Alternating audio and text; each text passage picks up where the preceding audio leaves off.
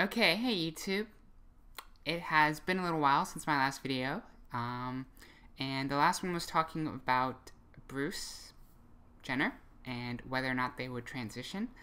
And we haven't heard much from that camp since, those 3 weeks ago, so I don't know what's going on there. But we do have plenty of other trans controversies that we can discuss here. And so, what better controversy than Eddie Redmayne, however you pronounce his last name, playing the part of a trans woman in the upcoming film, The Danish Girl. So, The Danish Girl, for those of you not familiar with the story, is based off of the real life of a woman named Lili Elbe, who transitioned very early in the 20th century, who had a lot of very crude sort of medical transition surgeries. She had an attempt at a uterus transplant and some things like that. So, and this is back in the 20s or the 30s, a long time ago. Obviously, the surgeries were nowhere near what they are today. Hormone treatment, nowhere near what it is today. And so the story, I think, is going to be really interesting, and having an Academy Award winning actor take the lead, I'm sure, is going to bring a lot to the portrayal. However, we are seeing a ton of backlash from the trans community about his casting in the role of a trans woman.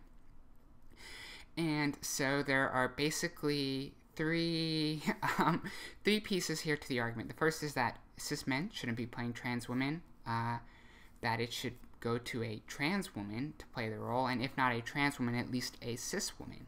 And so I want to kind of talk about each one of these in turn. And the first is that a cis man can't play the role of a trans woman because it perpetuates the trope that trans women are really just men, that we are in costume, that we are acting, that we are performing femaleness, but that we're really just men. And to apply that argument to the big screen, the movie theater, is complete horseshit, because movies are about acting. Movies are about portraying something. Anything that you do on a film is acting. It's not real. So to see a movie like Die Hard and think, oh, I can go shoot helicopters out of the sky with cars, you'd be an idiot. And so to come back out of that movie and say that, oh, well, trans women are really just men, again, to draw that conclusion from the film, you would probably be an idiot. And the film would be really poorly done if that's the biggest thing that you take away from it. That said, a lot of people argue that, well, at least it should be a cis woman so that we don't perpetuate this trope. But a cis woman is going to have more feminine features. And that's not to say that trans women can't be feminine. But saying that it's okay if a cis woman plays the role of a trans woman, but it's not okay if a cis man does, basically says that it's okay to be trans if you look a certain way, which is also horseshit. You don't need Nicole Kidman or Charlize Theron or whoever to play this part so that you can see that, oh, trans women can be beautiful just like cis women, because we can, and we don't need a beautiful actress to make that point. Beyond that, that kind of perpetuates the idea that it's okay to be trans if you're attractive. And that's just as negative of a stereotype as, trans women are really just men. Finally, the final argument is that, well, this role should go to a trans actress. And there are only a handful of trans actresses out there who you could probably even remotely consider for this part. Of them, very few, if any, have taken on leading roles in full-length studio movie productions. And I know that some people will say, well, this is a bit of a self-fulfilling prophecy, that if trans women aren't given these roles, they'll never get them, and they won't be able to get them in the future. But, you have to start out with maybe some other movies first before you can work into the kind of movie that a producer somewhere has been trying to bring to the big screen for years, because they're looking to make sure that they can get either that kind of Oscar talent to it or the big star talent to create a big box office. Making movies is a business. It's not about giving trans people jobs playing trans characters because that's the right thing to do.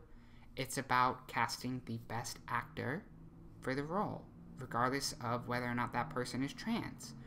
Because if the argument is that only trans people should get to play trans roles, then where else should this apply to? Should only married men get to play the part of married men on the big screen? Should only an actor who's had a spouse die get to play the role of a widow? No, again, this is acting. It's taking a story and portraying it. It's not an autobiography. It's not, having to share your own experiences on the screen. It's not a documentary. It is a piece of, fictional representation, regardless of if it's based on a true story or not. And this is ridiculous to say that this is erasing trans identities, that this is erasing trans stories, that this is oppressing trans women. Like, no, it's not. If you want to tell trans stories, go out and tell a story. If you want to be a trans actress, go out and act, get parts, work your way up through the business. Like, just because you're trans doesn't mean you get to be in a leading role in a Hollywood movie. That's not how it works. You have to put in your dues just like everybody else in the acting industry did to get those types of roles. And so far, there have been very few trans people who have done that. And while some of that may be related to discrimination, I think some of that is also related to the fact that, well, a lot of these trans actresses maybe just aren't very good. And if you're not very good at acting, you're not going to get the lead role in a movie like The Danish Girl that I'm sure the producers, I'm sure the director, and everybody involved with the movie wants to see get some award buzz.